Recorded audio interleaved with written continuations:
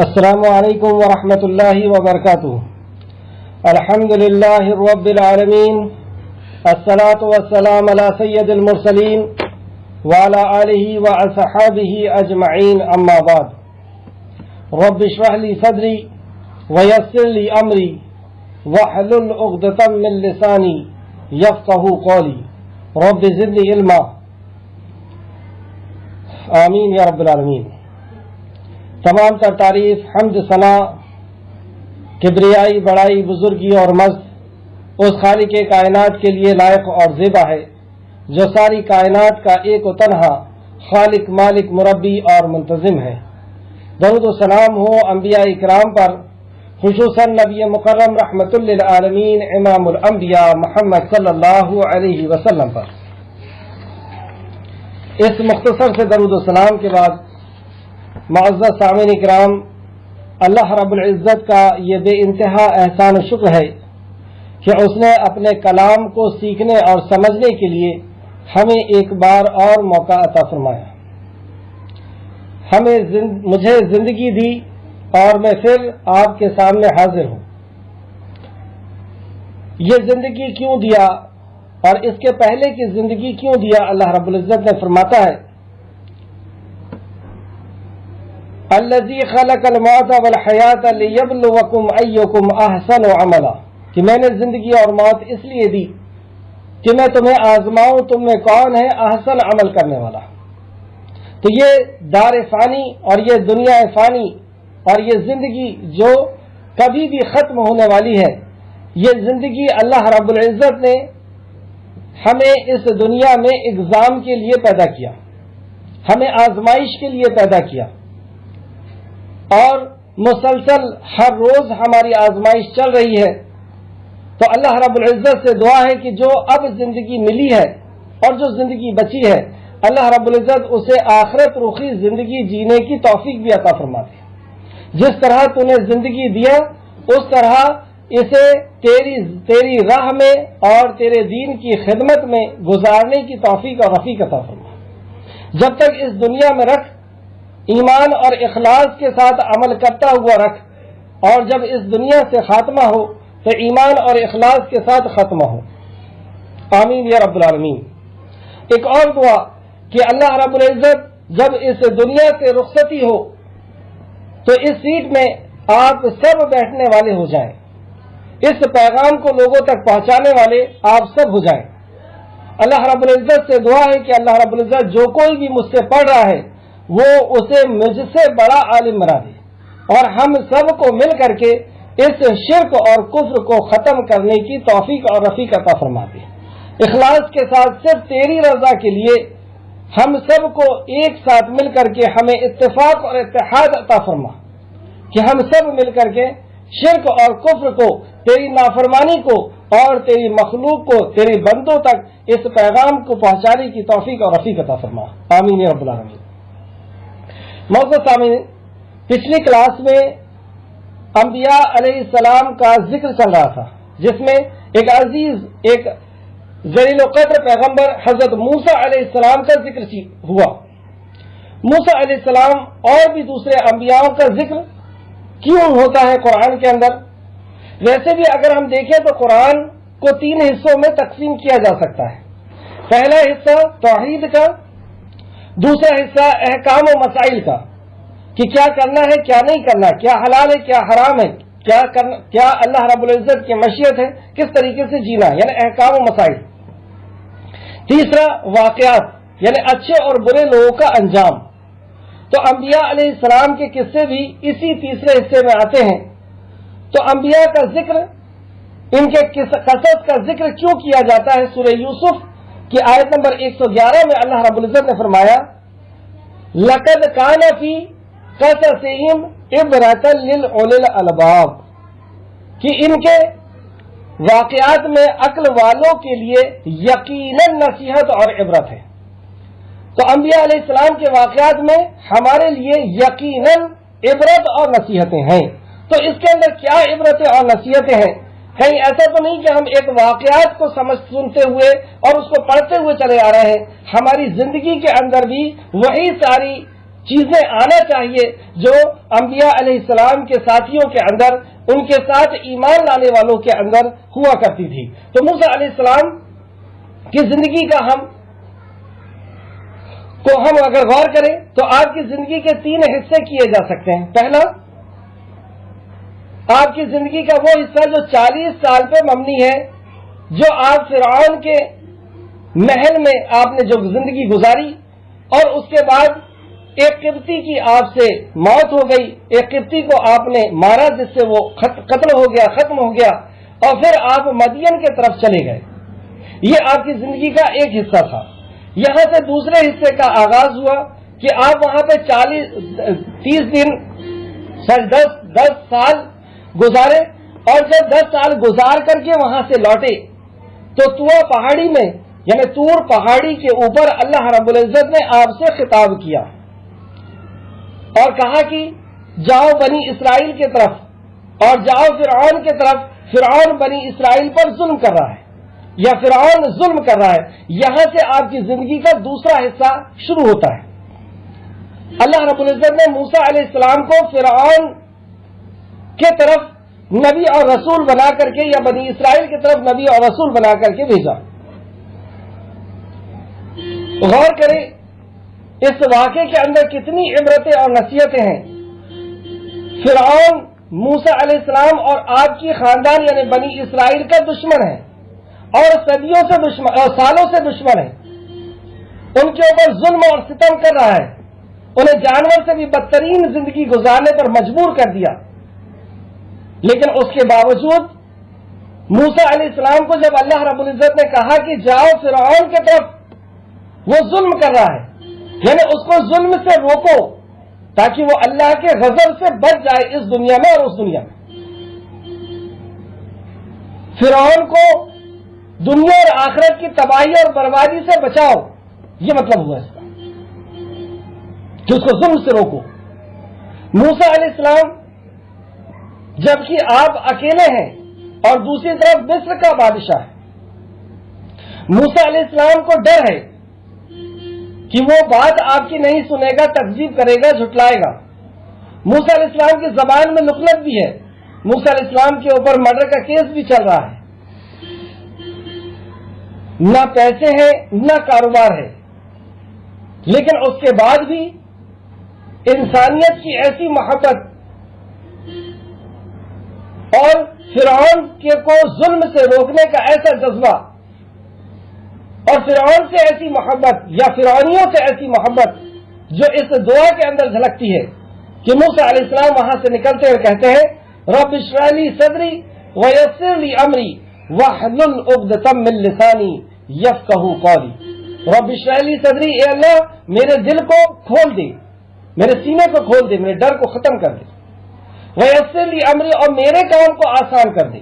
مطلب یہ کام موسیٰ علیہ السلام اپنا کام سمجھ رہے ہیں، اللہ ہم سب کو بھی اپنا کام سمجھنے کی توفیق دے۔ ویسر لی امری واحلل عقدۃ من لسانی یفقہوا قولی، اور میری زبان کی گرہ کو کھول دے تاکہ وہ میری بات سمجھ سکے۔ اس سے کیا پتہ چلا؟ تاکہ وہ میری بات سمجھ سکے۔ مطلب موسیٰ علیہ السلام فرعون کو اپنی بات سمجھانا چاہتے ہیں۔ کیوں سمجھانا چاہتے ہیں؟ تاکہ فرعون دنیا اور آخرت کی رسوائی سے بچ سکے۔ فرعون اور فرعونی دنیا کی رسوائی اور آخرت کی رسوائی سے بچ سکے، اسی لیے اللہ رب العزت سے دعا کر رہے ہیں کہ اللہ میری زبان کی لکنت کو کھول دے تاکہ وہ میری بات سمجھ سکے، یہ محبت لے کر کے۔ اور دوسرا کیا تھا؟ ایک تو فرعون اور اس کی ساتھیوں کو جہنم سے بچانے کی فکر لے کر کے، یہ جذبہ لے کر کے جا رہے ہیں، انسانیت سے محبت کا یہ جذبہ لے کر کے جا رہے ہیں، اور دوسری طرف اپنی ذمہ داری کا احساس ہے موسیٰ علیہ السلام کو، یہ میرے اوپر ذمہ داری ہے کہ مجھے ایک رب کا تعارف پیش کرنا ہے، ایک اللہ کا تعارف پیش کرنا ہے۔ موسیٰ علیہ السلام نے ظلم سے روکا۔ کون سا ظلم کر رہا تھا فرعون؟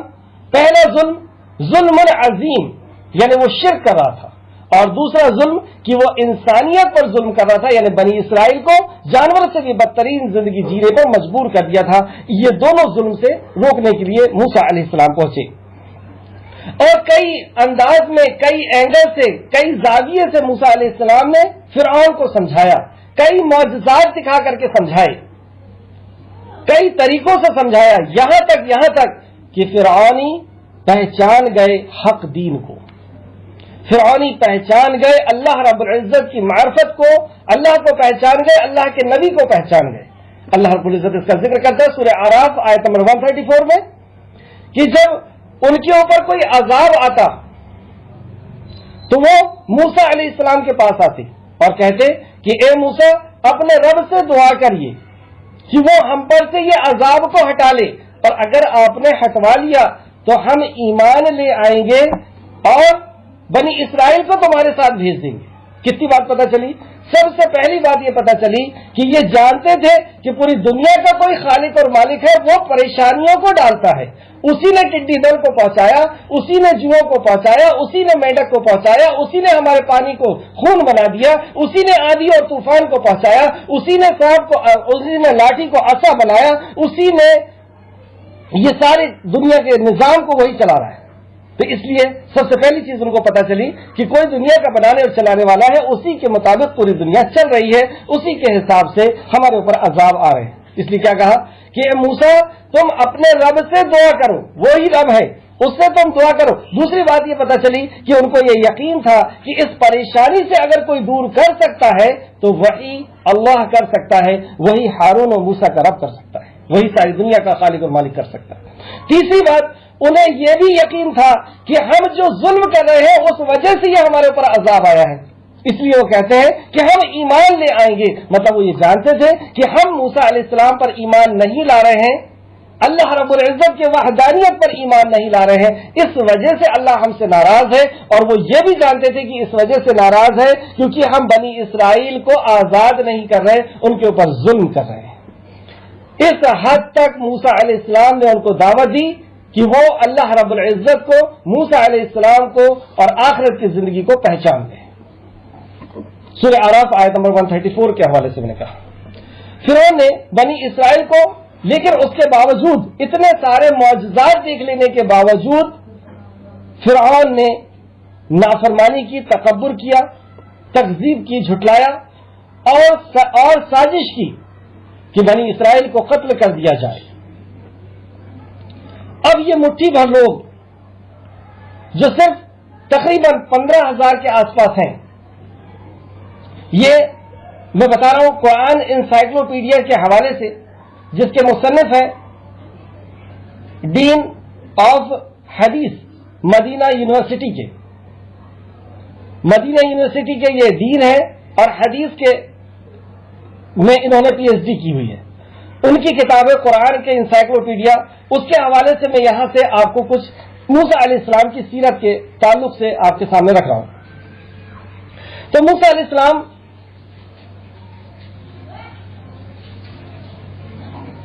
نے جب یہ دیکھا کہ یہ ایک مٹھی بھر جماعت ہے، بہت تھوڑے سے لوگ ہیں اور فرعونی ان کو قتل کر دینا چاہتے ہیں، ختم کر دینا چاہتے ہیں، یہ کمزور لوگ کیسے بچیں گے؟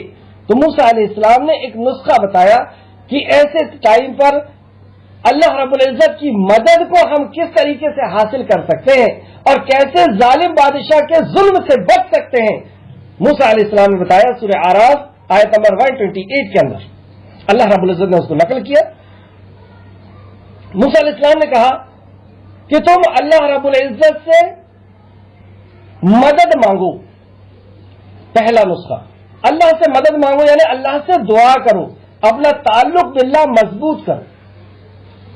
اللہ سے مدد کون مانگ سکتا ہے؟ جس کا تعلق ہو اللہ سے۔ اللہ سے دعا کون کرے گا؟ جس کا تعلق ہو اللہ۔ تو تعلق باللہ مضبوط کرو ایسے وقت میں جب ظالم تمہارے سر پر ہو تو تمہیں بچا سکتا ہے صرف تمہارا رب۔ اور کب بچو گے؟ جب تمہارا اس سے تعلق ہوگا۔ تو تعلق باللہ مضبوط کرو، اپنے ایمان کو مضبوط کرو۔ دوسرا، صبر کرو۔ صبر کیا ہوتا ہے؟ صبر گناہوں سے بچنے میں اپنے نفس کو مارنا، نیک کام کرنے میں اپنے نفس کو مارنا، اور نیک کام کرنے میں جو تکلیف آئے اس پر صبر کرنا، استقامت اختیار کرنا، رک جانا، ٹھہر جانا وہاں پر، یہ ساری چیزیں صبر کے اندر آتی ہے۔ دوسرا کہا صبر اختیار کرو۔ تیسرا، تقوی اختیار کرو۔ سورہ اعراف آیت نمبر 128 کے اندر یہ 3 نسخے بتائے گئے۔ جب اس پر بنی اسرائیل آ گئی تو اللہ رب العزت نے آخرکار فرعون سے کہ ظلم و ستم سے ان کو نجات عطا فرمائی. فرعون کو فرعونیوں کو غرق کر کے ختم کر دیا اور اس کی لاش کو عبرت بنا کر کے قیامت تک کے لیے اس کی لاش کو باقی رکھا فرعون کی. اور اللہ فرماتا ہے کہ میں نے اس لیے بچا لیا کیونکہ وہ جو نسخے تھے اس پر انہوں نے عمل کیا. سورہ اعراف آیت نمبر 137 کے اندر صرف ایک نسخہ کو بتایا کہ تم نے صبر کر لیا.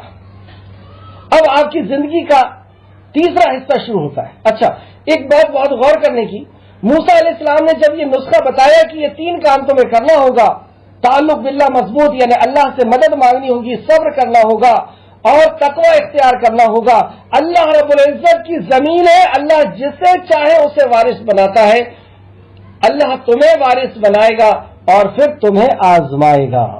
اللہ اکبر، بہت غور کرنے والی بات ہے کہ پہلے زمین کا وارث فرعونی کو بنایا اور فرعون کو بنا کر کے اس کو آزما رہا ہے کہ تم اب وارث بن گئے ہو، اب تم دنیا کے اندر کیا کرتے ہو.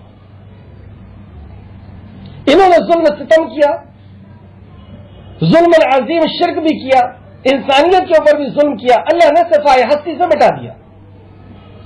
پھر بنی اسرائیل کو بادشاہت دے دی، حکومت دے دی، مصر کا بادشاہ اور دنیا کا بادشاہ بنا دیا. اس کے بعد انہوں نے موسیٰ علیہ السلام کے ساتھ نافرمانی پر نافرمانی کی. ان کے بعد امت محمدیہ کو وارث بنا دیا. اب ہماری آزمائش چل رہی ہے کہ ہم اللہ کے نبی کی اطاعت اور فرمانبرداری کرتے ہیں، اپنے منصب کو پہچانتے ہیں، اپنی پیدائش کے مقصد کو جانتے ہیں، اپنی ذمہ داریوں کا احساس رکھتے ہیں یا نہیں رکھتے. اور پھر ہمارے ساتھ بھی وہی ہوگا جو پچھلی انبیاؤں کے ساتھ، انبیاؤں کی اور امتوں کے ساتھ گزرا ہے. آگے چلتے ہیں. اب یہ تیسرا حصہ شروع ہو رہا ہے. بنی اسرائیل کو آزاد کر کے موسیٰ علیہ السلام نے ریگستان یعنی سینا میں پہنچا دیا. اب یہ سینا کے اندر تقریباً کم و بیش 15,000 لوگ جو بنی اسرائیل ہیں وہاں پہ پہنچتے ہیں. اللہ نے تورات دینے کے لیے، کیونکہ اب جب یہ وہاں سے نکل کر کے آ گئے ہیں، ان کو سب سے پہلی ضرورت ہے زندگی جینے کا طریقہ، ان کا سمویدھان، ان کا دستور حیات. تو اس دستور حیات کے لیے اللہ رب العزت نے موسیٰ علیہ السلام کو طلب کیا 40 راتوں کے لیے اور طور پر بلایا. 3 باتیں یہاں پہ قابل غور ہے. سب سے پہلا کہ بنی اسرائیل سے الگ کر کے اور طور پر بلایا گیا، وقت کو مقرر کیا گیا. وہاں پر پہنچنے کے بعد موسیٰ علیہ السلام اللہ رب العزت کا خوب دھیان کرتے، ذکر اور فکر کرتے، روزے رکھتے اور وہاں پر یہ روحانی علم، الہامی علم، اللہ رب العزت کی وحی کا علم، تورات آپ کو دی گئی. 40 دن مقرر کیا اللہ رب العزت نے، وقت مقرر کیا اور جگہ مقرر کیا. اور جب آپ وہاں سے اس کو لے کر کے آئے، جب آپ یہاں پہ جا رہے تھے، مطلب کوہتور پہ جا رہے تھے، 40 پہلے 30 راتوں کے لیے گئے تھے، پھر 40 ہو گئی. تو جب 40 راتوں کے لیے جا رہے تھے تو موسیٰ علیہ السلام نے اپنی جگہ پر، اپنی ذمہ داری پر حضرت ہارون علیہ السلام کو رکھ کر کے گئے. یعنی جاتے وقت اپنی قوم کی ذمہ داری ہارون علیہ السلام کے اوپر رکھ کر کے گئے. اسی طریقے سے نبی کریم صلی اللہ علیہ وسلم بھی جب اس دنیا سے رخصت ہو رہے تھے تو حجۃ الوداع میں یہ ذمہ داری جو منصب رسالت کی ذمہ داری تھی، پیغام لوگوں تک پہنچانے کی ذمہ داری تھی، آپ نے حجۃ الوداع پہ خطبہ دیا اور کہا کہ میرا دین تمہارے پاس امانت ہے اس وقت تک جب تک لوگوں تک نہ پہنچا دو. موسیٰ علیہ السلام نے ہارون علیہ السلام کو ذمہ داری دی تھی، نبی کریم صلی اللہ علیہ وسلم نے آپ کو اور مجھے یہ ذمہ داری دی ہے. بخاری نے بھی ایک روایت کو لے کر کے آئے، نبی مکرم صلی اللہ علیہ وسلم فرماتے بلغوا انی ولو آیت، میری بات ایک بات بھی اگر تمہارے پاس ہے تو اسے دوسروں تک پہنچا دو. اللہ رب العزت فرماتے ہیں کنتم خیر امۃ اخرجت للناس تأمرون بالمعروف وتنہون عن المنکر وتؤمنون باللہ، کہ تم ایک بہترین جماعت ہو جو لوگوں کے لیے نکالی گئی ہے، تم بھلائی کا حکم دیتے ہو، برائی سے روکتے ہو. یہ منصب، یہ ذمہ داری اللہ رب العزت ہمیں بتا رہا ہے. قل هذه سبیلی ادعو الی اللہ علی بصیرۃ انا ومن اتبعنی، اے نبی مکرم کہہ دیجئے میری راہ یہی ہے، میرا مشن، میری سوچ، میری فکر یہی ہے، ادعو الی اللہ، اللہ کی طرف بلاتا ہوں، علی بصیرۃ، بصیرت کے ساتھ، ومن اتبعنی، اور وہ لوگ بھی بلاتے ہیں جو میرے متبعین ہیں۔ یہ ہماری ذمہ داری تھی۔ جب موسیٰ علیہ السلام کوہ طور سے لوٹ کر کے آئے تو آپ نے اپنی قوم کی حالت کو دیکھ کر کے بے انتہا غضبناک ہوئے، بہت زیادہ غصے کے اندر آ گئے، اور غصے میں آ کر کے پہلے کہاں گئے؟ قوم کی طرف گئے یا قوم کے ذمہ دار کی طرف گئے؟ وہ مشہور حدیث اس وقت یاد آتی ہے کہ اللہ رب العزت نے حضرت جبرائیل علیہ السلام کو کہا کہ فلاں فلاں بستی کو فلاں فلاں بستی پر پلٹ دو۔ جبریل امین بڑے ادب سے کہتے ہیں اللہ اس ایک بستی میں ایک ایسا فرما بردار بندہ ہے جو پلٹ جھپکنے کے برابر بھی تیری نافرمانی نہیں کرتا۔ اللہ فرماتا بستی کو پہلے اسی پر پلٹو، میری غیرت کی وجہ سے اس کے چہرے کا رنگ کبھی متغیر نہیں ہوا۔ میرا حدیث صرف یہ ہے کہ اس پر سے اس کو پلٹو۔ یہ کیسا دیندار شخص ہے کہ اللہ رب العزت کے حق کو مخلوق کو دیا جا رہا ہے، اللہ کی غیرت کو للکارا جا رہا ہے، اللہ رب العزت کو گالی دی جا رہی ہے، اللہ رب العزت کی تکذیب کی جا رہی ہے، اللہ رب العزت کو کمزور ثابت کیا جا رہا ہے، نعوذ باللہ استغفر اللہ، اور یہ بیٹھا ہوا ہے۔ تو موسیٰ علیہ السلام غضبناک ہوئے، قوم پر بھی اور ہارون علیہ السلام پر بھی۔ ہارون علیہ السلام پر کیوں غضبناک ہوئے؟ پہلے آئے اور ہارون علیہ السلام کے سر اور داڑھی کے پال کو پکڑ کر کے گھیچنے لگے۔ سورہ اعراف آیت نمبر 150 میں اللہ رب العزت نے ذکر کیا، اور سورہ طٰہٰ کے اندر بھی ذکر ہے۔ ایسا اس لیے کیا موسیٰ علیہ السلام کہ موسیٰ علیہ السلام یہ سمجھے کہ ہارون نے میرے بعد دعوت و تبلیغ کا کام نہیں کیا، ایسا ان کا گمان تھا۔ لیکن جب اپنا عذر ہارون علیہ السلام نے پیش کیا کہ میں نے ان کو سمجھانے کی پوری کوشش کی، ممکن تھا کہ وہ میرا قتل کر دیتے، تب جا کے موسیٰ علیہ السلام نے ان کو چھوڑا۔ اور قوم کے اوپر غضبناک کیوں ہوئے؟ کیونکہ قوم اللہ رب العزت کا حق اپنے ہاتھ سے تراش کر کے ایک بت کو دے رہے تھے۔ یہ ہے تعلق باللہ، یہ اللہ سے محبت کہ اللہ کے غیر کو موسیٰ علیہ السلام نے برداشت نہیں کیا۔ غور کریں کہ اس وقت اگر ہم سے بھی اللہ رب العزت حساب لے کہ لوگ شرک اور بدعت میں ملوث ہیں، تم کیا کر رہے ہو، کیا جواب دیں گے ہم؟ کیا ہارون علیہ السلام کی طرح ہم عذر پیش کر پائیں گے کہ ہم نے ان کو شرک اور کفر سے روکا، یہاں تک کہ یہ ہمیں مار ڈالنا چاہتے تھے؟ کیا ایسا ہوا ہمارے ساتھ؟ اور پہلے تو حساب ہم سے ہوگا کہ تم ذمہ دار تھے قوم کی، تم بہترین امت تھے، تمہیں نکالا اس لیے گیا تھا، کیا کیا تم نے؟ یہ واقعات سے ہمیں یہ ساری نصیحتیں اور وصیتیں ملتی ہیں۔ آگے آیت نمبر 154، اور جب موسیٰ کا غصہ ٹھنڈا ہوا تو اس نے تورات کی تختیاں اٹھا لی۔ مطلب موسیٰ علیہ السلام اتنے غصے میں تھے کہ تورات کی تختیاں زمین میں ڈال دی تھی۔ اور جب ان کا غصہ ٹھنڈا ہوا، کیسے ٹھنڈا ہوا؟ کہ ہارون علیہ السلام نے اپنا عذر پیش کیا کہ وہ مجھے مار ڈالنا چاہتے تھے، میں نے آخر تک ان کو سمجھایا ہوں، مطلب میں نے دعوت و تبلیغ کا کام کیا ہے، اس سے کچھ غصہ کم ہوا۔ پھر جا کر کے آپ نے اپنی قوم کو سرزنش کی، انہیں سمجھایا، انہیں واعظ و نصیحت کی، اور قوم پھر شرمندہ ہوئی، اور قوم نے کہا کہ ہم توبہ اور استغفار کرتے ہیں، اے موسیٰ اللہ رب العزت سے پوچھئے کہ ہماری وہ توبہ کیسے قبول کرے گا، ہم سب کچھ کرنے کے لیے تیار ہیں، ہم نے بہت بڑا گناہ کیا ہے۔ موسیٰ علیہ السلام کا اب غصہ تھوڑا سا ٹھنڈا ہوا۔ جب موسیٰ علیہ السلام کا غصہ کم ہوا تو اللہ رب العزت فرماتا ہے آیت نمبر 154 میں، اعوذ باللہ من الشیطان الرجیم وَلَمَّا سَكَتَ، اور جب موسیٰ کا غصہ ٹھنڈا ہوا تو اس نے تورات کی تختیاں اٹھا لی اور ان کے مضامین میں ان لوگوں کے لیے ہدایت اور رحمت ہے جو اپنے رب سے ڈرتے ہیں۔ سبحان اللہ، یہ ہے وحی کے اندر جو اللہ رب العزت کا دین ہے، شریعت ہے، تورات ہے، اس سے ہدایت اور رحمت کون پا سکتا ہے؟ یہ ہے روحانی اور الہامی کتاب۔ دوسری کتابیں ایسی ہوتی ہیں کہ آپ شراب، جوا، چوری، مرڈر کرتے ہوئے اس کتاب کو پڑھ سکتے ہیں اور اس کی ڈگری حاصل کر سکتے ہیں. لیکن قرآن ایک ایسا علم ہے، یہ وحی کا علم ایک ایسا علم ہے کہ یہ اسی کو حاصل ہو سکتا ہے. علم تو حاصل ہو جائے گا، لیکن اس کے اندر یہ دو چیزیں جو اللہ رب العزت نے ذکر کیا اور ان کے مضامین میں، یعنی اس توریت کے اندر جو احکام اور شرائط ہے اس کے اندر ہدایت اور رحمت، تو جو اپنے رب سے ڈرتا ہے اسی کو حاصل ہو سکتی ہے. ہدایت کسے کہتے ہیں؟ ہدایت یہاں پہ وہ ہدایت مراد ہے جو عمل کرنے کی توفیق دیتا ہے اللہ. تو عمل کی توفیق اسے ہی ملے گی جو اللہ رب العزت کا ڈر رکھے گا، تقوی اختیار کرے گا. ایک آدمی نافرمانی اللہ رب العزت کی کر رہا ہے، نبی کی نافرمانی کر رہا ہے اور اس کے بعد قرآن اور حدیث بھی پڑھ رہا ہے، اس کو عمل کی توفیق نہیں مل سکتی.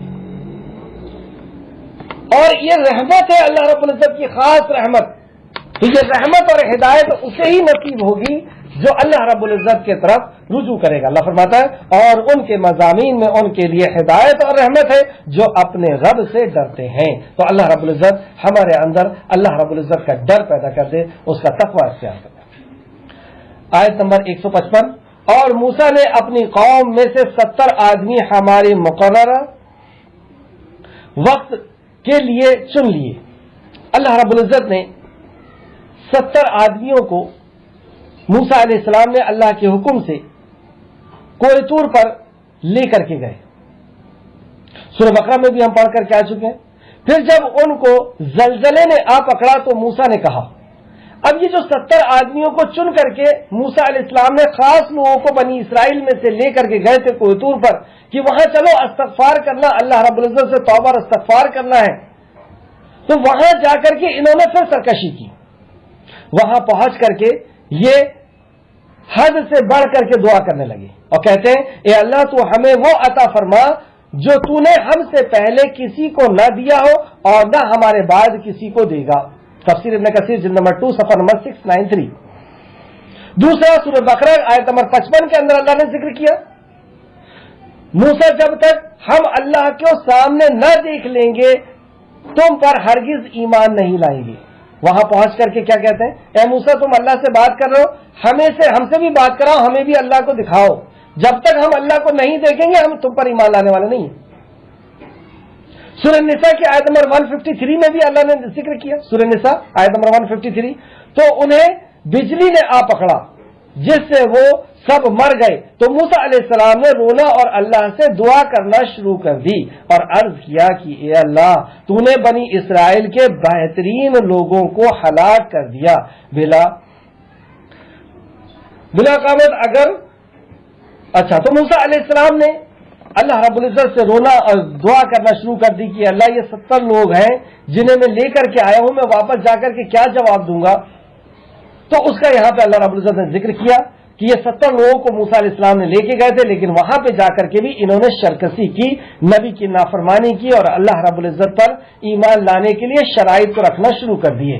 پھر جب ان کا زلزلے نے آ پکڑا تو موسیٰ نے کہا، مطلب جب یہ مر گئے تو موسیٰ علیہ السلام اللہ رب العزت سے دعا کرتے ہیں، اے میرے رب اگر تو چاہتا تو اس سے پہلے ہی انہیں اور مجھے بھی ہلاک کر دیتا.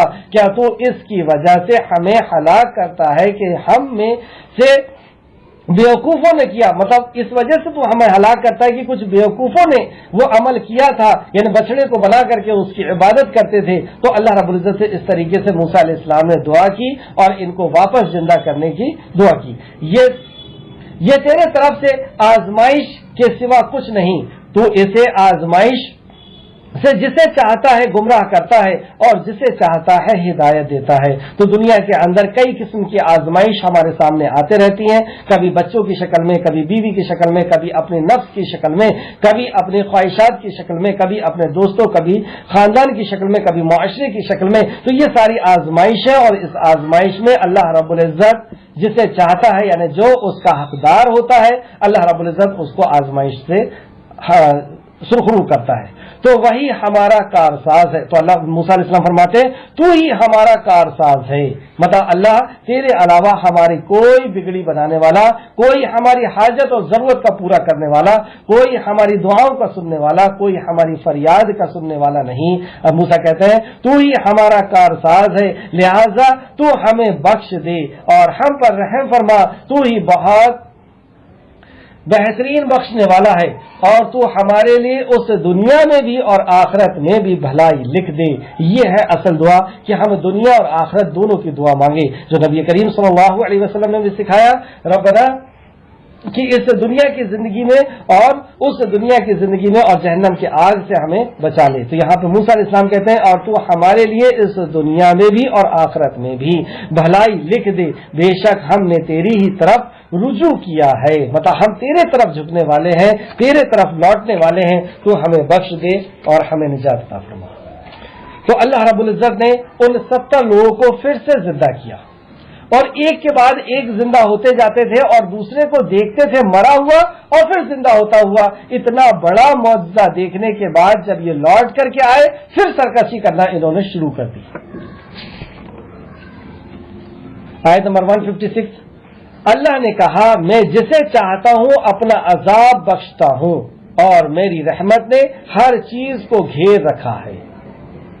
اللہ نے عذاب کا ذکر کیا اور کہا کہ میری رحمت نے ہر چیز کو گھیر لیا ہے، یعنی اللہ نے کہ عذاب کے اوپر بھی اللہ کی رحمت غالب آ چکی ہے۔ اللہ رب العزت کے غصے کے اوپر اللہ رب العزت کی رحمت غالب آ گئی ہے۔ رحمت کے تعلق سے چند حدیث سماعت فرمائے جو امام مسلم نے بھی روایت کیا، مسند احمد نے بھی روایت کیا، مسلم شریف کی حدیث ہے، حدیث نمبر 2753۔ نبی کریم صلی اللہ علیہ وسلم نے فرمایا کہ بے شک اللہ تعالیٰ نے 100 قسم کی رحمت کو پیدا فرمایا۔ اس حدیث کے لفظ کو بدل کر کے لوگ اکثر پڑھتے ہیں، لیکن آپ حدیث کے لفظ پر غور کریں کہ وہ کیا لفظ ہیں۔ نبی کریم صلی اللہ علیہ وسلم نے فرمایا بے شک اللہ تعالیٰ نے 100 قسم کی رحمت کو پیدا فرمایا، مطلب رحمت کو اللہ نے پیدا فرمایا ہے 100 قسم کی۔ ان میں سے یہ صرف ایک رحمت ہے جس کی وجہ سے مخلوق ایک دوسرے پر رحم کرتے ہیں، اور وحشی جانور اپنی اولاد پر شفقت کرتے ہیں، اور 99 قسم کی رحمت کو اس نے قیامت کے دن تک اپنے پاس رکھا ہے۔ اللہ اکبر! ایک رحمت، جس رحمت کے بنا پر درندے اور جانور اور جتنی بھی مائیں ہیں وہ اپنی اولاد سے محبت کرتی ہیں، اور رحمت للعالمین کی محبت اور جتنی بھی محبتیں ہیں وہ اس ایک محبت کا حصے میں سے حصہ ہے، اور 99 محبت کو اللہ رب العزت نے اپنے پاس رکھا ہوا ہے قیامت تک کے لیے۔ دوسری حدیث جو امام مسند احمد نے روایت کیا ہے، مسند احمد جلد نمبر 4 حدیث نمبر 312، اللہ تعالیٰ نے 100 طرح کی رحمت پیدا فرمائی ہے، اور ان میں سے صرف ایک رحمت کو نازل فرمایا جس کی وجہ سے جن و انس، حیوانات اور دیگر تمام مخلوق رحمت و شفقت کا مظاہرہ کرتے ہیں، اور باقی 99 قسم کی رحمت اس کے پاس ہے۔ اللہ اکبر! یہ ایک رحمت کا حصہ ہے۔ تو اب یہ جو اللہ رب العزت جو رحیم ہے، جو رحمت ہے، یہ اللہ کچھ لوگوں کے لیے خاص کر دیتا ہے۔ یہ کون خوش نصیب لوگ ہیں جن کے لیے اللہ رب العزت کی وہ 99 رحمتیں جو حشر میں ہونے والی ہے یا اس دنیا کے اندر اللہ رب العزت نے اس رحمت کے تعلق سے کیا فرمایا؟ آیت نمبر 156 پھر سے سماعت کریں۔ اللہ نے کہا میں جسے چاہتا ہوں اپنے عذاب پہنچاتا ہوں، اور میری رحمت نے ہر چیز کو گھیر رکھا ہے، چنانچہ جلد ہی میں اس رحمت کو ان لوگوں کے لیے لکھ دوں گا جو پرہیزگار ہیں۔ اللہ اکبر! جو تقوی رکھنے والے ہیں، یتقون کا لفظ یہاں پر آیا کہ جو تقوی رکھنے والے ہیں ان کے اوپر میں جلد ہی اس رحمت کو لکھ دوں گا، اور زکوٰۃ دیتے ہیں۔ دوسری صفت کیا؟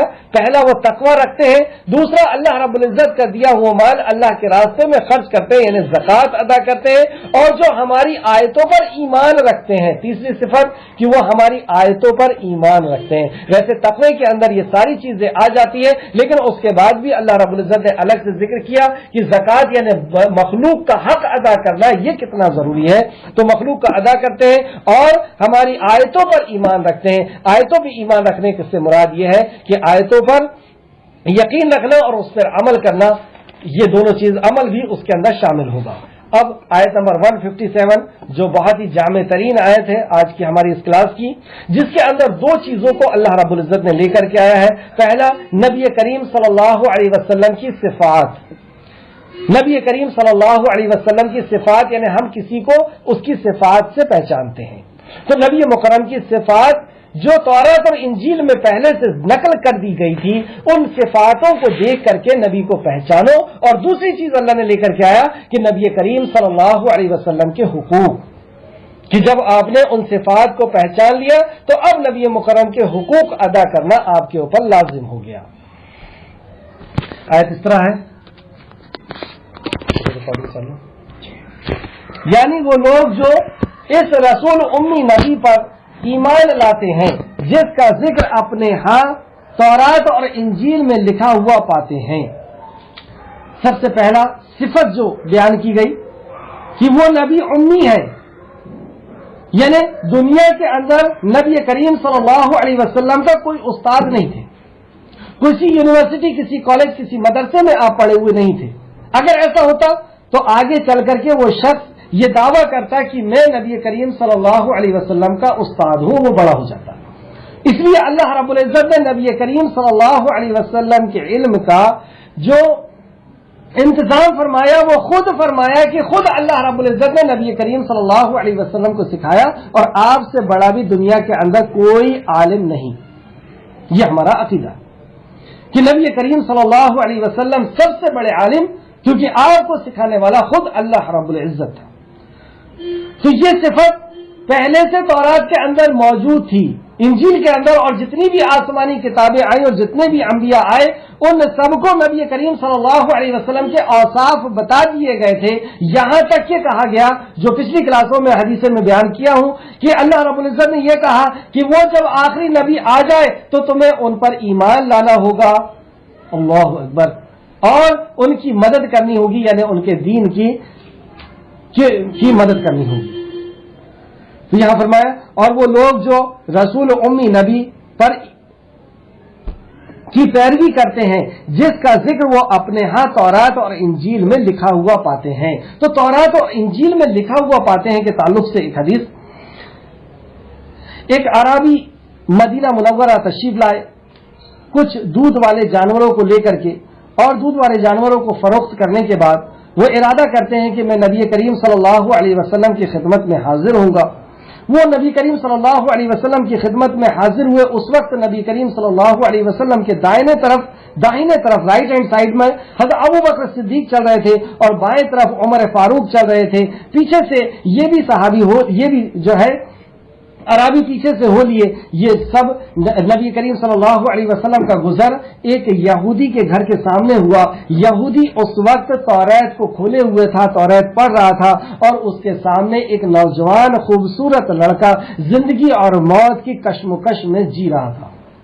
نبی کریم صلی اللہ علیہ وسلم وہاں پہنچے اور کہا کہ میں تجھ سے اس ذات کی قسم دے کر پوچھتا ہوں، مطلب نبی کریم صلی اللہ علیہ وسلم اس یہودی جو تورات پڑھ رہا تھا اور جس کے سامنے اس کا نوجوان بیٹا بہت خوبصورت زندگی اور موت کے بیچ میں لڑ رہا تھا، اس سے نبی کریم صلی اللہ علیہ وسلم اس کے باپ سے پوچھتے ہیں، میں تجھے اس ذات کی قسم دے کر پوچھتا ہوں جس نے تورات نازل فرمائی، کیا تو اپنی اس کتاب میں میرا صفات اور میرے بعثت کا ذکر کو پڑھتا ہے؟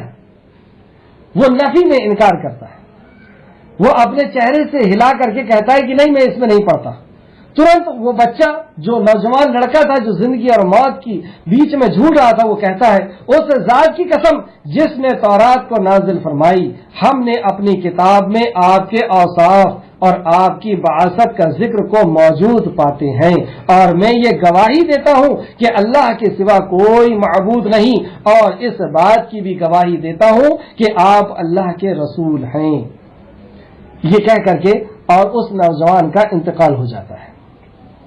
نبی کریم صلی اللہ علیہ وسلم فرماتے ہیں، یہودی کو اپنے بھائی کے پاس سے اٹھا دیا، مطلب نبی کریم صلی اللہ علیہ وسلم نے جب دیکھا کہ اس بچے کا انتقال ہو گیا اس نوجوان کا، تو یہودی کو اس کے اپنے بھائی کے پاس سے ہٹا دیا، کیونکہ اب یہ مومن ہو چکا ہے، یہ مومن بھائی ہو چکا، اس کو ہٹا دیا۔ پھر آپ نے اس کے کفن اور دفن کا اہتمام فرمایا اور اس کی نماز جنازہ ادا کی۔ اس حدیث سے یہ پتہ چلا، یہ تھی مسند احمد جلد نمبر 5 حدیث نمبر 441، مسند احمد جلد نمبر 5 حدیث نمبر 441۔ اس سے یہ پتہ چلا کہ یہ نبی کریم صلی اللہ علیہ وسلم کے اوصاف پہچان جو پہلی آسمانی کتابوں میں بتائی گئی تھی، اور انہیں اچھے کاموں کا حکم دیتے ہیں اور انہیں برے کاموں سے۔ دوسری اوصاف نبی مکرم کے کیا بتائے گئے؟ یأمرونہم بالمعروف وینہون عن المنکر، اور وہ انہیں اچھے کاموں کا حکم دیتے ہیں اور انہیں برے کاموں سے روکتے ہیں۔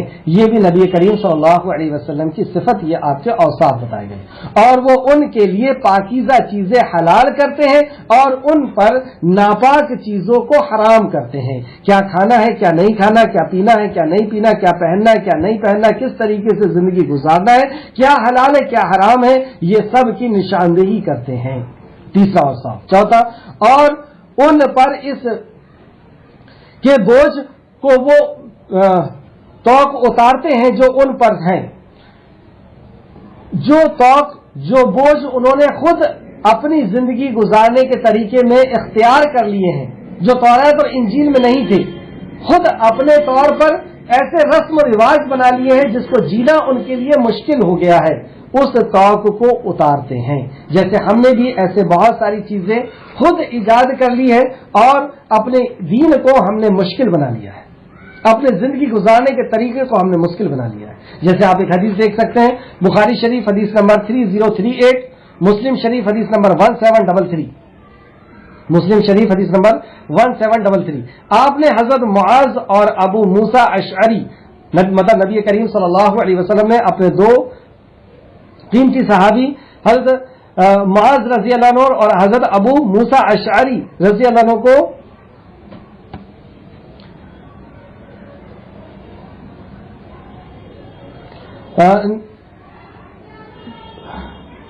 موسیٰ اشعری کو جب گورنر بنا کر کے بھیجا، مطلب یمن کا جب گورنر بنا کر کے بھیجا، تو اپنے یہ دونوں گورنروں کو آپ نے وصیت کی۔ پہلی وصیت یہ کی کہ آسانی کرنا اور مشقت میں نہ ڈالنا، مطلب امت کے اندر آسانی پیدا کرنا، ان کے اندر مشقت پیدا مت کرنا۔ یہ ہمارے لیے بہت بڑی وصیت اور نصیحت ہے کہ ہم امت کے اندر آسانی پیدا کریں، سختی پیدا نہ کریں۔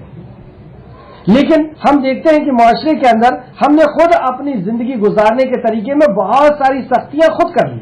اتنے جوڑ کپڑے ہونا چاہیے، اتنے جوڑ جوتے ہونا چاہیے، ہماری لائف سٹائل ایسی ہونا چاہیے، گھر ایسا ہونا چاہیے، قالین ایسی ہونا چاہیے، اور ہمارے نکاح ایسے ہوں گے کہ اتنا مہر ہوگا، اتنا جہیز ہوگا اور ڈی جے ہوگا اور اتنے باراتی آئیں گے۔ تو یہ ساری مصیبتیں ہم نے خود اپنے اوپر رکھ لی ہے۔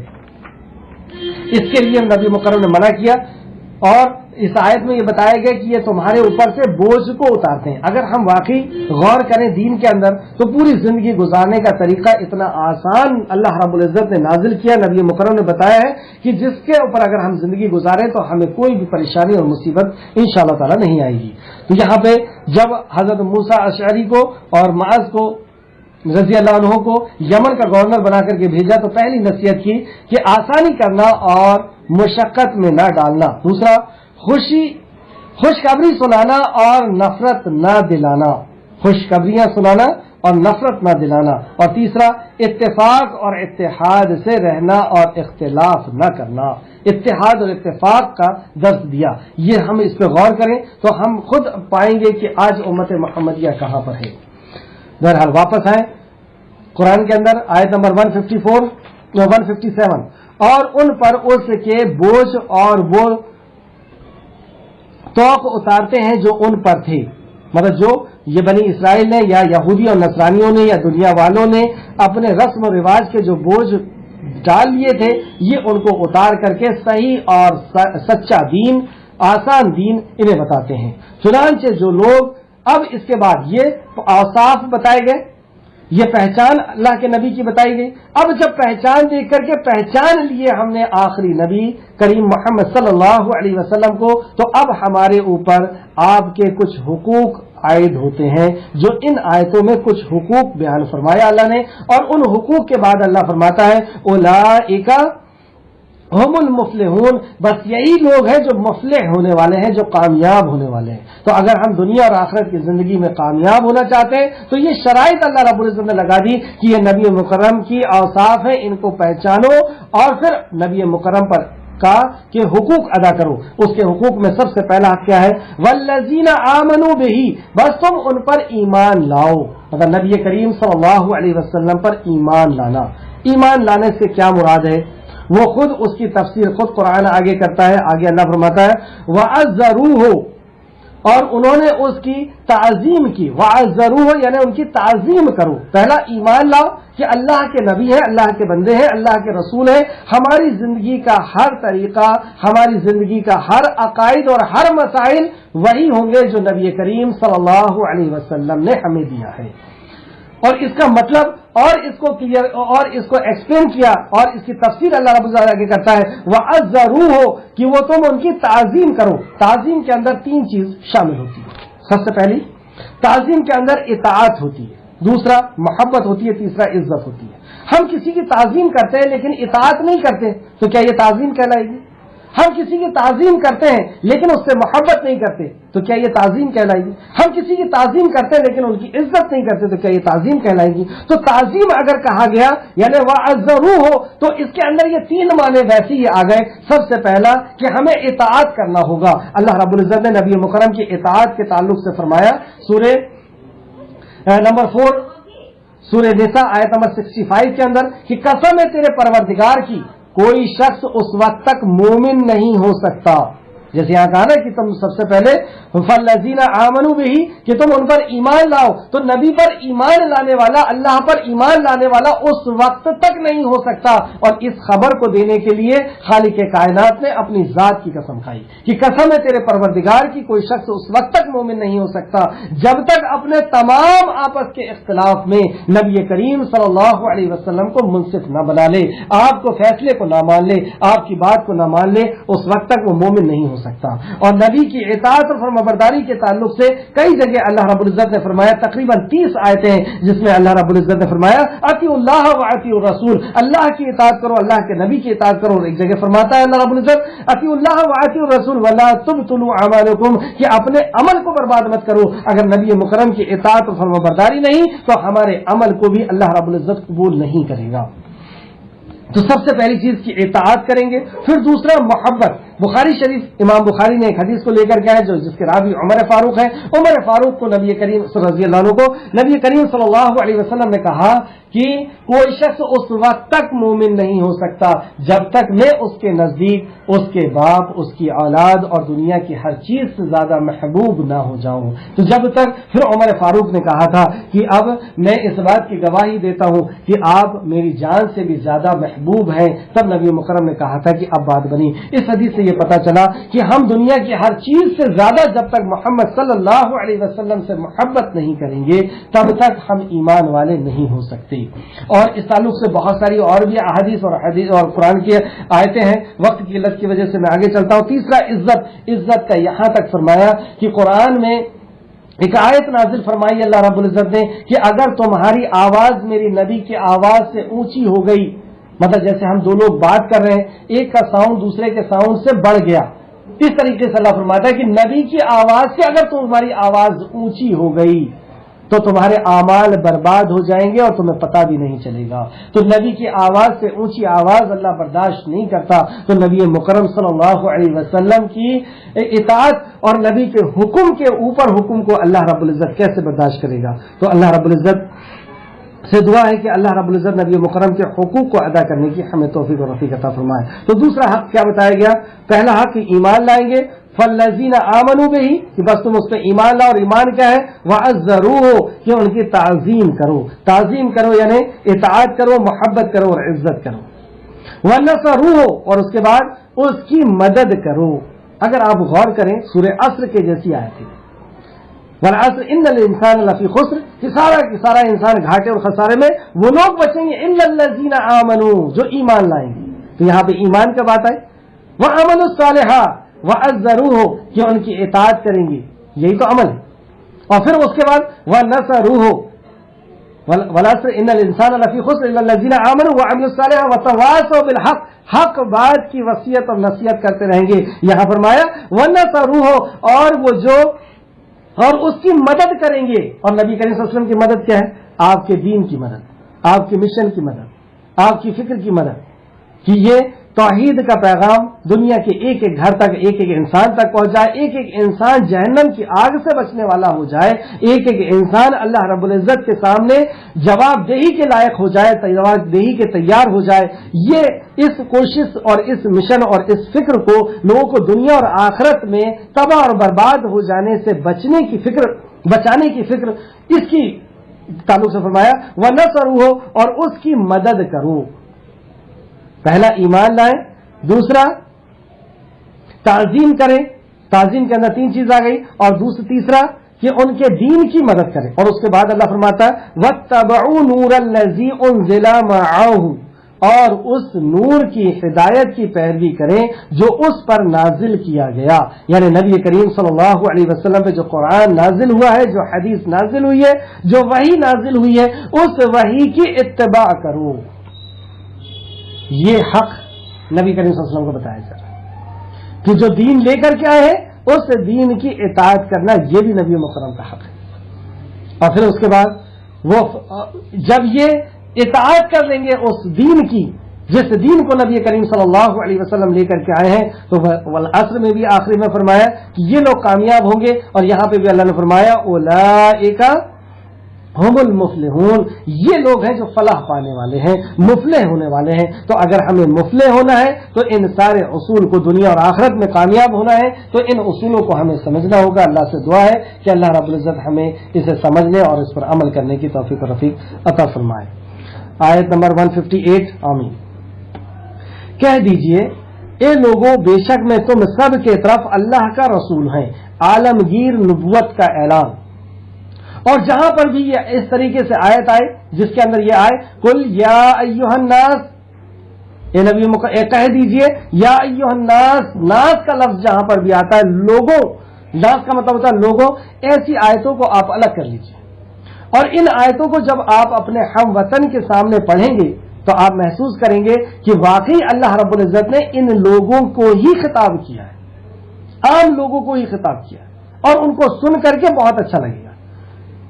یعنی جو غیر مسلم بھائی ہیں، جو غیر ایمان والے بھائی ہیں، ان کو اللہ رب العزت نے ناز کہہ کر کے یہاں پہ جہاں جہاں پہ بھی قرآن میں ناز کا لفظ آیا ہے ان ساری آیتوں کو اکٹھا کریں، اور جب آپ ان کے سامنے پڑھیں گے تو آپ دیکھیں گے کہ اس کے کتنے بہترین اثرات آتے ہیں. یہاں پہ اللہ رب العزت کیا فرماتا ہے قل یا ایھا الناس انی رسول اللہ الیکم جمیعا، اے نبی مکرم کہہ دیجئے بے شک میں تم سب کے طرف اللہ کا رسول ہوں. مطلب میں صرف مسلمانوں کے لیے رسول بنا کر کے نہیں بھیجا گیا، میں ساری انسانیت کی طرف عالمگیر نبی ہوں، سارے عالم کے لیے نبی اور رسول بنا کر کے بھیجا گیا ہوں، صرف مسلمانوں کا نبی اور رسول نہیں. اسی طریقے سے قرآن بھی صرف، اور یہ ہمیں بتانا چاہیے کیونکہ آج غیر مسلم بھائی اور مسلمان بھی یہ سمجھتا ہے کہ نبی ہمارے لیے، قرآن ہمارے لیے، دین ہمارے لیے، جبکہ یہ تینوں چیز کو جب اللہ نے خطاب کیا تو یہ کہا کہ یہ سب کے لیے ہے. اس عالمگیر، اچھا یہ اللہ کے نبی کی ایک خاص خصوصیت ہے. 5 ایسی خوبیاں نبی کریم صلی اللہ علیہ وسلم کو دی گئی جو دوسرے انبیاء کو نہیں دی گئی. حدیث اس طرح ہے، مسند احمد نے اس کو روایت کیا، بخاری اور مسلم نے بھی اس حدیث کو روایت کیا ہے کہ رسول کریم صلی اللہ علیہ وسلم نے فرمایا مجھے 5 ایسی چیزیں عطا کی گئی ہیں جو مجھ سے پہلے کسی نبی کو نہیں دی گئی. اور یہ بات میں اظہار فخر نہیں کہہ رہا ہوں، مطلب نبی مکرم فرماتے ہیں کہ یہ میں فخر سے بیان نہیں کر رہا ہوں، میں اپنے بڑکپن کو بیان نہیں کر رہا ہوں، میں تمہیں بتا رہا ہوں کہ 5 چیزیں ایسی قیمتی عطا کی گئی ہے مجھے اس امت کو جو میرے سے پہلے کسی نبی کو نہیں دی گئی. اس میں سے سب سے پہلی کیا ہے؟ مجھے ساری انسانیت پر نبی اور رسول بنا کر کے مبعوث کیا گیا ہے. مطلب پہلے جو انبیاء آتے تھے کسی قوم کے لیے آتے تھے، کسی برادری کسی جاتی کے لیے آیا کرتے تھے، کسی علاقے کے لیے آیا کرتے تھے، کسی دیش کے لیے آیا کرتے تھے، لیکن نبی کریم صلی اللہ علیہ وسلم ساری انسانیت پر نبی اور رسول بنا کر کے بھیجے گئے ہیں اور قیامت تک کے لیے نبی اور رسول بنا کر کے بھیجے گئے. دوسرا، 1 مہینے کی مسافت پر رعب کے ساتھ میری مدد کی گئی ہے. مطلب نبی کریم صلی اللہ علیہ وسلم کا دشمن آپ سے اتنا دور ہو کہ نبی مکرم تک پہنچنے میں اسے 1 مہینہ لگے گا، تو اتنے دور سے وہ اس کے اندر دہشت اللہ رب العزت ڈال دیتا تھا. رعب نبی کریم صلی اللہ علیہ وسلم کا اتنا زیادہ تھا کہ اتنے دور سے رعب ہوا کرتا تھا. آپ دیکھیں گے کہ مکہ والے بھی نبی کریم صلی اللہ علیہ وسلم کو جب ستایا کرتے تھے، پریشان کیا کرتے تھے، کوئی چیز ڈالا کرتے تھے، تو اس وقت ڈالتے تھے جب نبی نماز میں ہوتے تھے یا سجدے میں ہوتے تھے، پیچھے سے وار کرتے تھے، سامنے سے کرنے کی ان کی ہمت نہیں ہوتی تھی. تو 1 مہینے کی مسافت سے نبی کریم صلی اللہ علیہ وسلم کا رعب آپ کے دشمنوں کے اوپر ڈال دیا گیا تھا. یہ دوسری خاص صفت، یہ خاص انعام نبی مکرم کو دیا گیا. تیسرا، میرے لیے غنیمت کو حلال کر دیا گیا ہے جبکہ مجھ سے پہلے کسی کے لیے بھی حلال نہیں تھی. مطلب جنگ کے بعد جو مال غنیمت ملتا ہے، پہلے یہ ہوا کرتا تھا کہ اس کو اکٹھا کر لیا جاتا تھا اور آگ آتی تھی اللہ کی طرف سے اور وہ مال غنیمت کو ختم کر دیا جاتا تھا، لیکن امت محمدیہ کے لیے مال غنیمت حلال کیا گیا. تیسری یہ. چوتھا، میرے لیے تمام زمین کو مسجد اور پاک کرنے والی بنا دیا گیا ہے. مطلب زمین کو پاک کرنے والی بھی بنا دیا گیا ہے اور نماز کے لیے مسجد بھی بنا دی گئی ہے. پہلے ایسا ہوتا تھا کہ جو مسجد ہے وہیں جا کر کے نماز آپ پڑھ سکتے تھے، لیکن اب ساری زمین کو اللہ نے مسجد کر دیا. مطلب کہیں پر بھی آپ مسجد بنا سکتے ہیں، نماز پڑھ سکتے ہیں، کہیں پہ بھی وقت ہوا تو وہاں نماز ادا کر سکتے ہیں. یہ چوتھی خوبی. اور 5واں، اور مجھے شفاعت عطا کی گئی ہے جس میں نے اپنی امت کے لیے قیامت کے دن کے لیے محفوظ کر لیا ہوں، اور یہ ہر اس انسان کو حاصل ہوگی جس نے اللہ تعالی کے ساتھ شرک نہ کیا ہو. سبحان اللہ. جس نے شرک نہ کیا ہو یہ شفاعت اس کو نصیب ہوگی. اللہ رب العزت ہم سب کو شرک سے محفوظ رکھے، ہمیں توحید کا علم سکھا دے، ہمیں شرک کی معرفت کرا دے، پہچان کرا دے، تاکہ ہم توحید پر جم جائیں، اور اللہ کو توفیق دے دے ہمیں کہ ہم توحید کا علم بھی حاصل کریں اور اس پر ہم جم جائیں. لا حول ولا قوت الا باللہ. تو یہ حدیث جو تھی مسند احمد کی تھی، مسند احمد جلد نمبر 1 صفحہ حدیث نمبر 301. بخاری شریف میں بھی یہ حدیث ہے، بخاری شریف 335 نمبر 335. مسلم شریف حدیث نمبر 521. واپس قرآن کی آیت نمبر 158. کہہ دیجئے اے لوگوں، بے شک میں تم سب کے طرف اللہ کا رسول ہوں. جب آپ عام انسان کو یہ بات بتا رہے ہیں کہ جس نبی کا میں پیغام آپ کو سنا رہا ہوں وہ نبی صرف ہمارے لیے نہیں، آپ کے لیے بھی آئے ہیں اور دنیا کے ایک ایک انسان کے لیے آئے ہیں. وہ نبی کون اور کس اللہ کی طرف سے آئے ہیں اس کا تعارف. جس کے پاس آسمانوں اور زمین کی بادشاہی ہے اس اللہ کی طرف سے آئے ہیں جس اللہ کے پاس زمین و آسمان کی بادشاہی ہے. اس خالق اور اس مالک کی طرف جس نے پوری دنیا کو بنایا، جو دنیا کا مالک ہے، جو دنیا کا مدبر ہے، جو اس کا پلان کرنے والا اور اس کو چلانے والا ہے، اس رب کی طرف سے وہ نبی اور رسول ہیں. اس کے سوا کوئی معبود برحق نہیں، اس اللہ کے سوا کوئی عبادت کے لائق، کوئی آستھا کے لائق نہیں. لا الہ الا ہوا. اس کے علاوہ کوئی عبادت یعنی کوئی ضرورت کو پوری کرنے والا، کوئی حاجت روا اور کوئی مشکل کشا نہیں. یہ چیلنج کہ کوئی تمہاری بگڑی نہیں بنا سکتا، کوئی تمہاری ضرورت پوری نہیں کر سکتا سوائے اس مالک کے. وہ زندہ کرتا ہے اور وہی مارتا ہے. یہی و یمیت، وہی زندگی دیتا ہے وہی مارتا ہے. یہ بھی چیلنج ہے کہ پوری دنیا کا سائنس اور پورے دنیا کے اللہ کے علاوہ جن کی بھی عبادت ہوتی ہے وہ سب مل کر کے، اور جن کی نہیں ہوتی وہ بھی سب مل کر کے بھی اللہ کوئی نہ زندگی دے سکتا ہے اور نہ کوئی موت دے سکتا ہے. یہ زندگی اور موت کا مالک صرف اور صرف نہ کوئی بیماری دے سکتی ہے، نہ کوئی بادشاہت دے سکتی ہے، نہ کوئی تلوار دے سکتی ہے، نہ کوئی دوا دے سکتی ہے، نہ کوئی زہر دے سکتا ہے. زندگی اور موت دینے والی ذات جو ہے وہ صرف اور صرف اللہ رب العزت کی ہے. یحیی و یمیت تو اللہ رب العزت نے کہا، اور وہ زندہ کرتا ہے اور مارتا ہے. لہذا تم اللہ پر اور اس کے رسول امی نبی پر ایمان لاؤ جو خود بھی اللہ اور اس کے رسول کے تمام کلمات پر ایمان لاتے ہیں. تم اس نبی امی پر ایمان لاؤ جو خود بھی اللہ کے ہر کلمات پر ایمان لانے والے ہیں اور اطاعت و فرمانبرداری کرنے والے ہیں, اور تم اس کی پیروی کرو تاکہ تم ہدایت پاؤ. اس پہ غور کریں.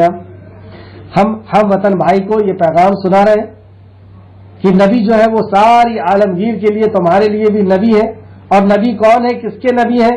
اس کے نبی ہیں جو زمین اور آسمان اور پوری دنیا کا خالق مالک اور رازق ہے, جو اس کا مدبر ہے, جو اس کا چلانے والا ہے, اس کے جو رب ہے, اور وہی عبادت کے لائق ہے. مطلب عبادت آستھا اور ضرورت کا پورا کرنے والا, حاجت اور مشکل کشا بھی صرف وہی ہے. وہی زندہ کرتا ہے, وہی مارتا ہے. لہذا تم پر اللہ اور اس کے رسول کے امی نبی پر ایمان لاؤ. اور پھر اس کے بعد اللہ رب العزت آخر میں فرماتا ہے وَاتَّبِعُوهُ لَعَلَّكُمْ تَهْتَدُونَ, اور تم اس کی پیروی کرو تاکہ تم ہدایت پاؤ. اگر ہم ہدایت چاہتے ہیں, نماز کے اندر ہر فرض نماز, ہر نماز کے اندر ہم سورہ فاتحہ پڑھتے ہیں, اور سورہ فاتحہ کے اندر ہم سب سے قیمتی دعا اللہ رب العزت سے کرتے ہیں توحید کے اعلان کے بعد, توحید کے عہد و پیمان کے بعد. ہم اللہ رب العزت سے کہتے ہیں اہدنا الصراط المستقیم, اے اللہ مجھے ہدایت عطا فرما صراط مستقیم کی. تو یہ ہدایت کس کو ملے گی؟ یہ ہدایت کا حقدار کون ہے؟ کسے اللہ ہدایت دے گا؟ یہاں فرمایا اور تم اس کی پیروی کرو. جب ہم اللہ اور اللہ کے نبی کی اطاعت اور فرمانبرداری کریں گے, نبی مکرم, اور جو سورہ بقرہ کی بھی ابتدائی آیت میں اللہ رب العزت نے فرمایا الف لام میم ذالک الکتاب لا ریب فیہ ھدی للمتقین الذین یؤمنون بالغیب ویقیمون الصلاۃ ومما رزقناہم ینفقون. تو یہ 5 چیزیں بتائی سورہ بقرہ کی ابتدائی آیت میں, اور یہاں پہ اس کو جو ہے ایک لفظ کے اندر سمیٹ کر کے اللہ نے فرمایا کہ تم اس کی اتباع کرو. مطلب اللہ کے نبی کی جب ہم اتباع, ابھی ہم کس کی اتباع کرتے ہیں؟ ابھی ہم اپنے نفس کی اتباع کرتے ہیں, ابھی ہم اپنے معاشرے کی, اپنے دوستوں کی, اپنی خواہشات کی. اور غور کریں ہم کہ ہم کر کیا رہے ہیں, کس کی اتباع چل رہی ہے. لیکن جب ہم نبی مکرم کی اتباع کریں گے تب ہم ہدایت کے مستحق ہوں گے. ہدایت یعنی قرآن اور حدیث پر عمل کرنے کی توفیق ہمیں اللہ کی طرف سے دینی چاہیے. آیت نمبر 159 اللہ ہم سب کو توفیق دے. اور موسیٰ کی قوم, آیت نمبر 159, اور موسیٰ کی قوم میں سے ایک گروہ ایسا ہے جو حق کے ساتھ رہنمائی کرتے ہیں اور اس حق کے ساتھ عدل کرتے ہیں. مطلب سبھی ایسے نہیں ہیں, کچھ لوگ بنی اسرائیل میں بھی ایسے ہیں, موسیٰ کے ماننے والوں میں بھی ایسے ہیں جو اطاعت و فرمانبرداری کرتے ہیں. آیت نمبر 160, اور ہم نے اس نبی بنی اسرائیل کو 12 قبیلوں کے لحاظ سے 12 گروہوں میں بانٹ دیا تھا, اور جب موسیٰ کی قوم نے اس سے پانی مانگا تو ہم نے اسے اس کے طرف وحی کی کہ تو اپنا عصا پتھر پر مار. واپس پھر سے موسیٰ علیہ السلام کا واقعہ شروع ہو رہا ہے کہ موسیٰ علیہ السلام اپنی قوم کو لے کر کے کوہ سینا پر پہنچے تھے, اس ریگستانی علاقے میں پہنچے تھے, اور وہاں پر پہنچنے کے بعد سب سے پہلی ضرورت, انسان کی سب سے پہلی ضرورت آکسیجن ہوا کے بعد جو ہوتی ہے وہ پانی کی ہوتی ہے. تو انہوں نے پانی مانگا. اللہ رب العزت نے ان کو پانی اور جو بھی بنیادی ضرورت ہے, پانی کے بعد سر کو چھپانے کے لیے جگہ ہوتی ہے, یعنی دھوپ سے بچنے کے لیے, ٹھنڈ سے بچنے کے لیے, بارش سے بچنے کے لیے چھت کی ضرورت ہوتی ہے. تو چھت مانگا انہوں نے, اللہ رب العزت نے بادل کا سایہ دیا. پھر اس کے بعد کھانے کی ضرورت ہوتی ہے, انرجی کی ضرورت ہوتی ہے جو کھانے سے دور ہوتی ہے. تو کھانے کے لیے اللہ رب العزت نے من و سلوہ اتار دیا. غور و فکر کرنے کی بات یہ ہے کہ یہ ضرورت کی چیزوں کو اللہ رب العزت نے یہ نہیں کہا جیسے ہمارے لیے بھی حکم ہے کہ ہمیں پانی چاہیے تو گڈھا کھودنا ہوگا اور پھر وہاں سے کنواں بنانا ہوگا اور پانی نکالنا ہوگا. بنی اسرائیل کو ایسا نہیں کہا. کھانے کے لیے ہمیں فصل لگانا ہوتا ہے, کمانا ہوتا ہے, پھر کھانا ہوتا ہے. لیکن بنی اسرائیل کو ایسا نہیں کہا, من و سلوہ اتار دیا. سلیب اور چھت بنانا پڑتا ہے ہمیں, لیکن بنی اسرائیل کو سلیب اور چھت بنانے کا نہیں کہا. اس کے لیے بادل کا سایہ دے دیا کہ تمہاری بارش سے بھی انتظام ہو گیا, ٹھنڈ سے بھی ہو گیا, گرمی سے بھی ہو گیا. یہ ساری فیسلٹی کیوں دی گئی؟ کیونکہ نبی موسیٰ علیہ السلام کوہ طور سے وہ نسخہ کیمیا لا چکے ہیں جو ساری انسانیت کے لیے نسخہ کیمیا ہے, جو ساری انسانیت کے لیے دستور حیات ہے, جو ساری انسانیت کے لیے دنیا اور آخرت میں امن اور امان کا پیغام ہے. امن و امان کی شرائط ہیں، لیکن اس کے باوجود انہوں نے کیا کیا؟ اور ہم بھی سوچیں کہ اب بنی اسرائیل کو اللہ رب العزت نے ساری دنیا کے اوپر حکومت دے دی تھی، مصر کا بادشاہ بنا دیا تھا، اب کوئی سینہ پر ان کو رکھا گیا کہ اس توریت کو یاد کرو، اس کو سیکھو، اس کو سمجھو اور اس پر عمل کرو۔ چلیں آپ اب سرسری طور پہ اس آیت کو دیکھیں۔ اور ہم نے تو انہوں نے پانی مانگا، اس نے کہا، اس نے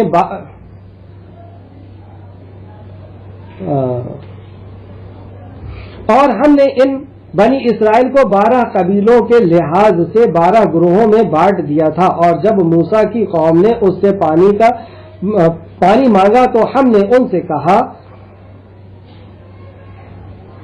ہم نے موسیٰ کی طرف وحی کی کہ تو اپنا عصا پتھر پر مار۔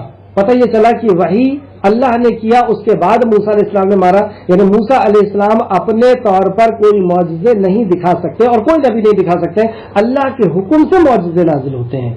تو اس نے مارا تو اس میں سے 12 چشمے پھوٹ پڑے نکلے۔ جب ہر قبیلے نے اپنا گھاٹ معلوم کر لیا، مطلب قبیلے 12 تھے، تو اللہ رب العزت نے موسیٰ علیہ السلام کہا کہ اس پتھر پہ اپنی لاٹھی مارو۔ جیسے موسیٰ علیہ السلام نے ایک پتھر پر لاٹھی ماری تو اس میں سے 12 چشمے، 12 جھرنے نکلے، اور 12 الگ الگ اس لیے نکلے کہ 12 قبائل تھے اور وہ آپس میں نہ لڑیں اس پانی کے لیے، اس لیے 12 قبیلوں نے اپنے اپنے گھاٹ کو، اپنے اپنے جھریا کو، اپنے اپنے جھیل کو قبول کر لیا اور اس میں سے پانی لینے لگے۔ اور ہم نے ان پر بادل کا سایہ کیا، اس کے بعد ان کو ٹھنڈ، دھوپ اور گرمی سے بچنے کے لیے چھت چاہیے تھا، تو اللہ رب العزت نے انہیں بادل کا سایہ نصیب کیا۔ اور ہم نے ان پر من اور سلوہ نازل فرمایا، مطلب آسمانی غذا نازل فرما دی، جو پاکیزہ چیزیں ہم نے تمہیں دی ہے اس میں سے کھاؤ۔ تو یہ ساری فیسلٹی کیوں تھی؟ ظاہر سی بات ہے کہ موسیٰ علیہ السلام توریت لے کر کے آئے، اس کو سیکھنا ہے، اس کو سمجھنا ہے، اس پر زندگی گزارنا ہے اور دنیا تک اس پیغام کو پہنچانا ہے، لیکن انہوں نے اپنے اس منصب حیات کو، اس زندگی کے مقصد کو بھول گئے اور کھانا پینا اپنا مقصد سمجھ لیا، اور وہ ساگ، ککڑی، سبزی اور یہ فلا فلا وہ کہنے لگے، تو اللہ رب العزت نے ذلت اور مسکنت 40 سال کے لیے ان کے اوپر ڈال دی۔ موسیٰ علیہ السلام بھی انہی میں رہے اور یہ سب ایک جنریشن ختم ہوئی، دوسرے نبی آئے اور دوسرے قوم آئی، پھر اللہ رب العزت نے انہیں مصر کا بادشاہ بنایا۔ مصر میں ایک جنگ ہوئی اور جنگ کے بعد یہ لوگ وہاں پہ فتح ہوئی اور کامیاب ہوئے، اور اس کے بعد اللہ رب العزت نے کہا کہ تم جھکتے ہوئے اس شہر میں یعنی مصر کے اندر داخل ہونا، جو تمہارا آبائی وطن ہے، جو تمہارا خاص وطن ہے۔ لیکن اس کے بعد انہوں نے نافرمانی کی، اور اس کے بعد انہوں نے جو کچھ کیا تھا ہم پر ظلم نہیں کیا، بلکہ وہ اپنے آپ پر ہی ظلم کرتے تھے۔ مطلب اتنی نعمتیں دینے کے بعد بھی انہوں نے جو نافرمانی کی، اس میں کسی کا نقصان نہیں ہوا، انہی کا نقصان ہوا۔ اور جب ان سے کہا گیا تم اس بستی میں ٹھہرو اور اس میں جہاں سے جی چاہے کھاؤ پیو، اور حتتن کہتے ہوئے یعنی معافی مانگتے ہوئے داخل ہونا، اور سر کے اور دروازے سے سجدہ کرتے ہوئے داخل ہونا، تو ہم نے تمہارے طرف تمہاری خطائیں معاف کر دیں گے، پھر ہم نیکی کرنے والوں کو اور زیادہ دیا کرتے ہیں۔ تو اللہ رب العزت نے حکم دیا کہ جب تم اس بستی کے اندر داخل ہوگے تو سر کو جھکا کر کے اور حتتن کہتے ہوئے سجدہ کرتے ہوئے داخل ہونا۔ جیسے آپ نے دیکھا ہوگا کہ نبی کریم صلی اللہ علیہ وسلم جب فتح مکہ ہوا تھا تو آپ اتنا جھک گئے تھے کہ اونٹ کی کوہان پر آپ کا چہرہ مبارک لگ گیا تھا کہ اللہ تیرا شکر ہے، تیری عطا ہے، تیری رحمت ہے کہ تو نے ہمیں اس جگہ کا امیر بنایا، یا اس جگہ کو ہمیں فتح دیا، خانہ کعبہ کو ہم نے فتح کیا۔ اور اسی طریقے سے اللہ نے ان کو حکم دیا تھا، لیکن یہ سیرینی کے بل، اپنے پشت کے بل لیٹ کر کے اور سینہ آسمان کی طرف نکال کر کے اور الفاظ کو بدلتے ہوئے تکبر کرتے ہوئے داخل ہوئے۔ پھر ان میں سے جن لوگوں نے ظلم کیا تھا انہوں نے اس الفاظ کو جس کا انہیں حکم دیا گیا تھا اس کے برعکس بدل دیا، تب ہم نے آسمان سے ان پر عذاب بھیجا، اس لیے کہ وہ ظلم کرتے تھے۔ کیا گناہ تھا؟ کہ انہوں نے آسمانی حکم کے الفاظ کو بدل دیا۔ ہم بھی اگر آسمانی حکم کے الفاظوں کو بدلیں گے، اللہ کے حکم کو، نبی کے حکم کو بدلیں گے، تو ہم بھی عذاب کے مستحق ہو جائیں گے، نہیں ہو چکے ہیں۔ اللہ رب العزت سے دعا ہے کہ جو کچھ بھی پڑھا گیا اس میں مزید غور و فکر کرنے کی ہم سب کو توفیق اور رفیق عطا فرمائے، جب تک زندہ رکھے ایمان اور اخلاص کے ساتھ عمل کرتے ہوئے زندہ رکھے، جب تک اور اس پیغام کو لوگوں تک پہنچانے کی توفیق اور رفیق عطا فرمائے. آمین یا رب العالمین. السلام علیکم ورحمۃ اللہ.